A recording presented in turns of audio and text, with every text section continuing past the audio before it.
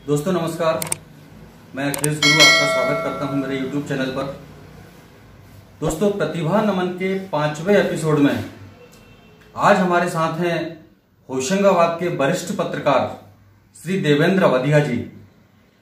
देवेंद्र अवधिया जी होशंगाबाद में कर्मठ, ईमानदार और निर्भीक पत्रकारिता के लिए जाने जाते हैं।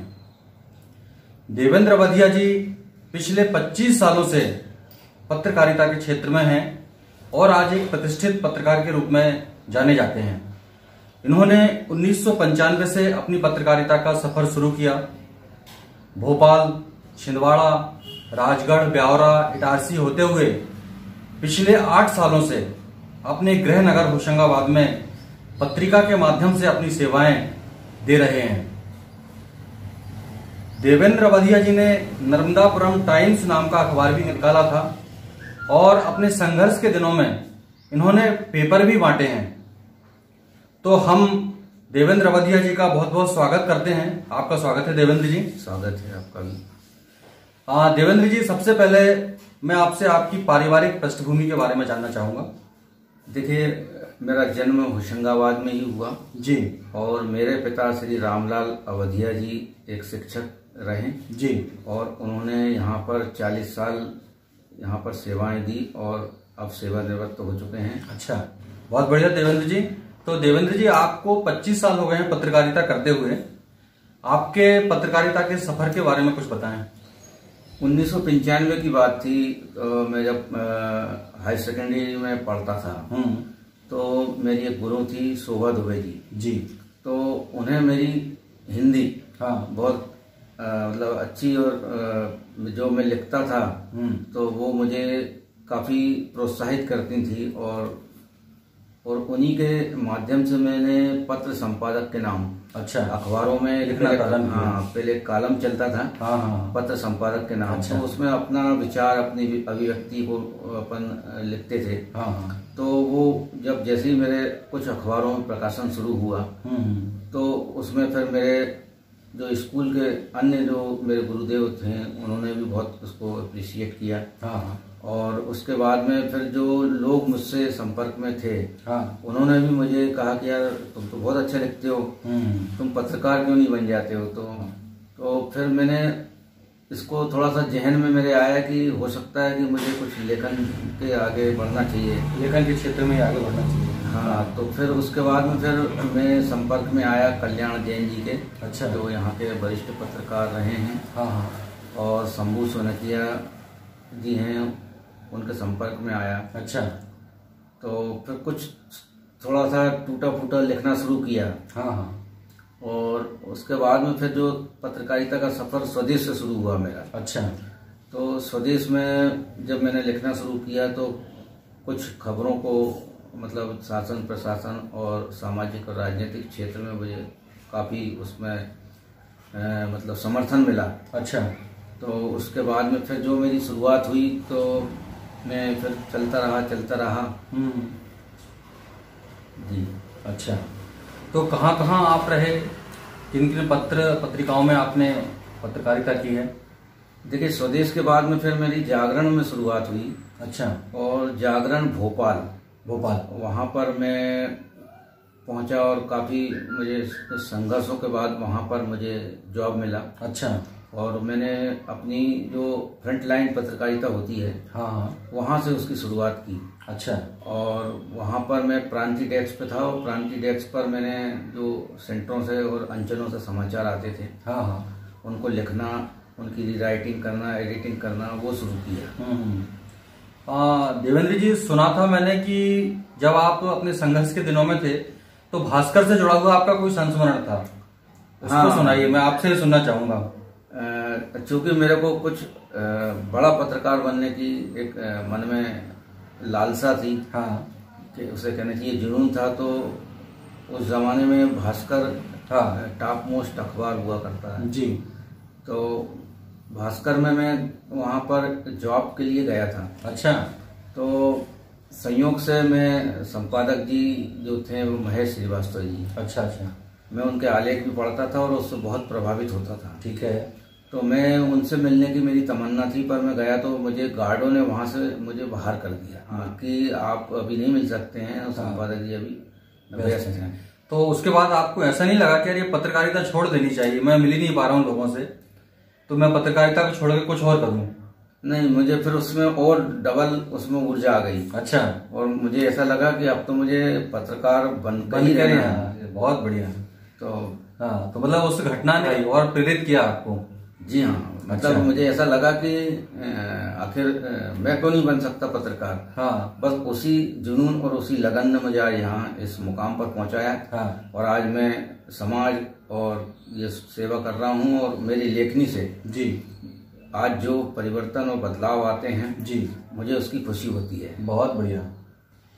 तो देवेंद्र जी, आपको 25 साल हो गए हैं पत्रकारिता करते हुए। इन 25 सालों में ऐसा कोई संस्मरण आपका जो आपको याद रह गया हो?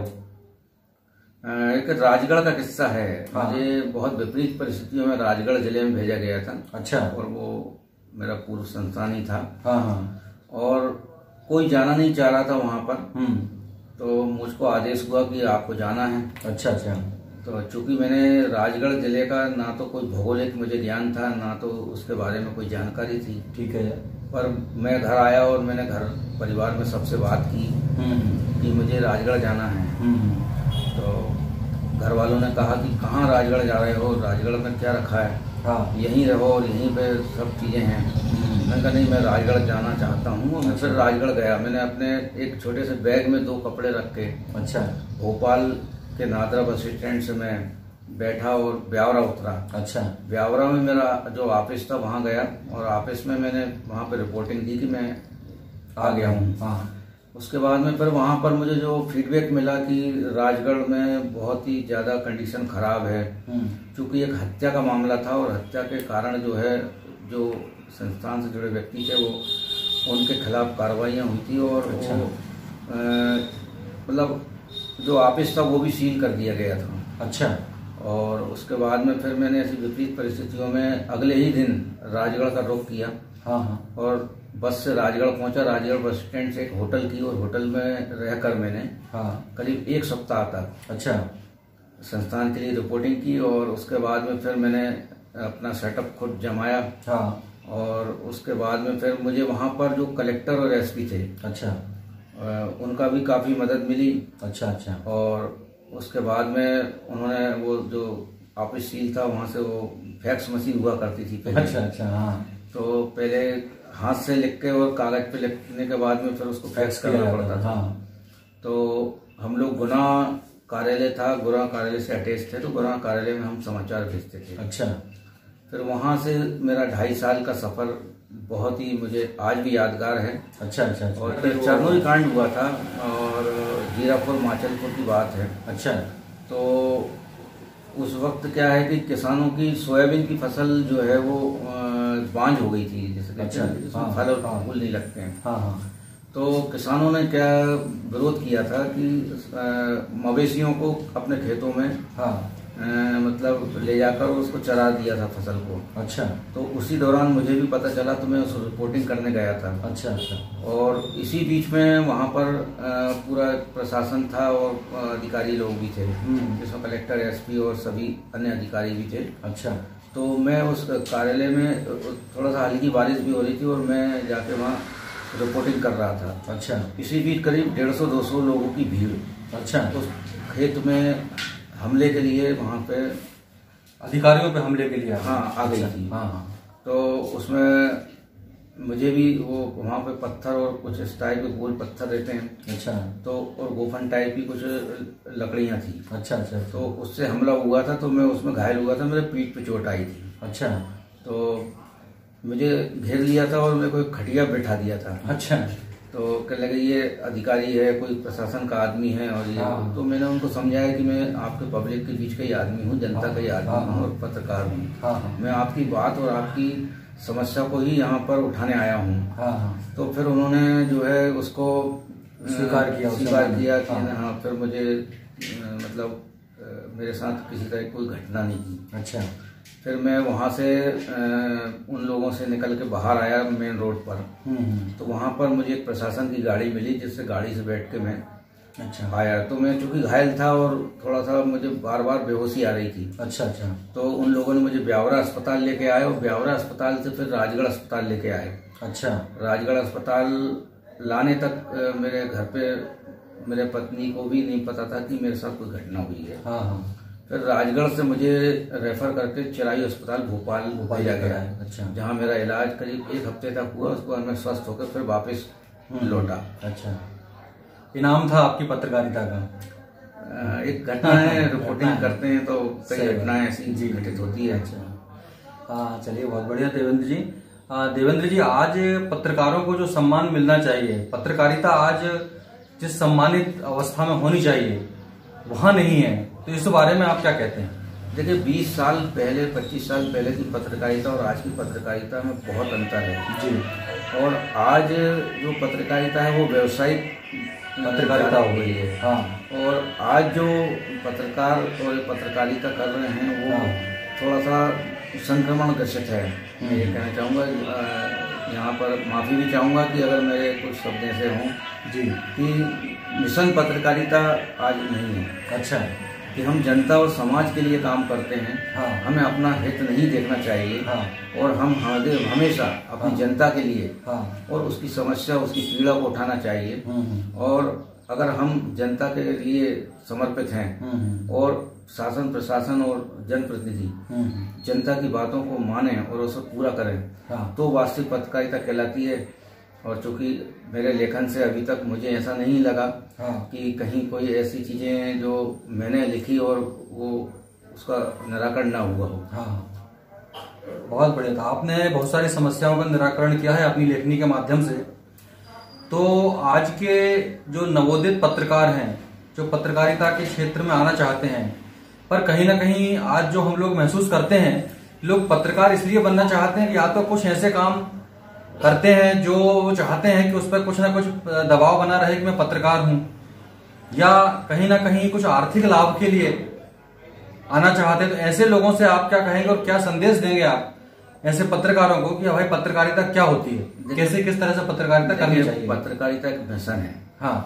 और समाज सेवा है। हाँ। और इसे हम किसी अपने स्वार्थ, अपने खुद के स्वार्थ, उसको सामने नहीं ला सकते। बिल्कुल। तभी हम वास्तविक पत्रकारिता और वास्तविक रूप से समाज की सेवा कर पाएंगे। बहुत बढ़िया। और आज जो पत्रकार हैं, जो किसी भी काम धंधे, किसी व्यवसाय, किसी इसमें जुड़े हुए हैं और उसके साथ पत्रकारिता कर रहे हैं, तो मैं उनको यही संदेश देना चाहूँगा कि आप अपना काम भी करें, अपने परिवार को भी चलाएं, अपने व्यवसाय को भी देखें, पर जो पत्रकारिता है उसे पत्रकारिता के उसके सिद्धांतों को बरकरार रखें। और जो पत्रकारिता कहना चाहिए कि असली पत्रकारिता है, मिशन पत्रकारिता है। और समाज की सेवा निस्वार्थ भाव से, बिना किसी लोभ और लालच के, वो अगर करें तो आपके मन में भी शांति होगी और जो जनता है वो आप समाज की समस्याओं को दूर करने में मदद करेंगे और आपका सम्मान भी आपको पसंद करेगी। बहुत बढ़िया देवेंद्र जी, बहुत अच्छी जानकारियां आपसे प्राप्त हुई, आपके संघर्षों के बारे में जाना, और आपको शुभकामनाएं। आप दिनों दिन प्रगति करें, उत्तरोत्तर आगे बढ़ें। बहुत बहुत शुभकामनाएं आपको। बहुत बहुत शुभकामनाएं। आपने जो समय दिया और मुझसे बातचीत की, बहुत बहुत धन्यवाद आपको। जी अखिलेश जी, बहुत बहुत धन्यवाद। दोस्तों, आपको आज के साक्षात्कार में सबसे अच्छा क्या लगा मुझे कमेंट करके बताएं। वीडियो को लाइक शेयर करें, चैनल को सब्सक्राइब करें अब तक ना किया हो तो, घंटी की बटन भी दबा दें, ऑल के ऑप्शन को भी क्लिक करें, ताकि इसी तरह अच्छे अच्छे इंटरव्यूज आपके पास जल्द से जल्द पहुंचते रहें, नोटिफिकेशन जल्द से जल्द आपको मिलते रहें। बहुत बहुत धन्यवाद। जय हिंद, जय भारत।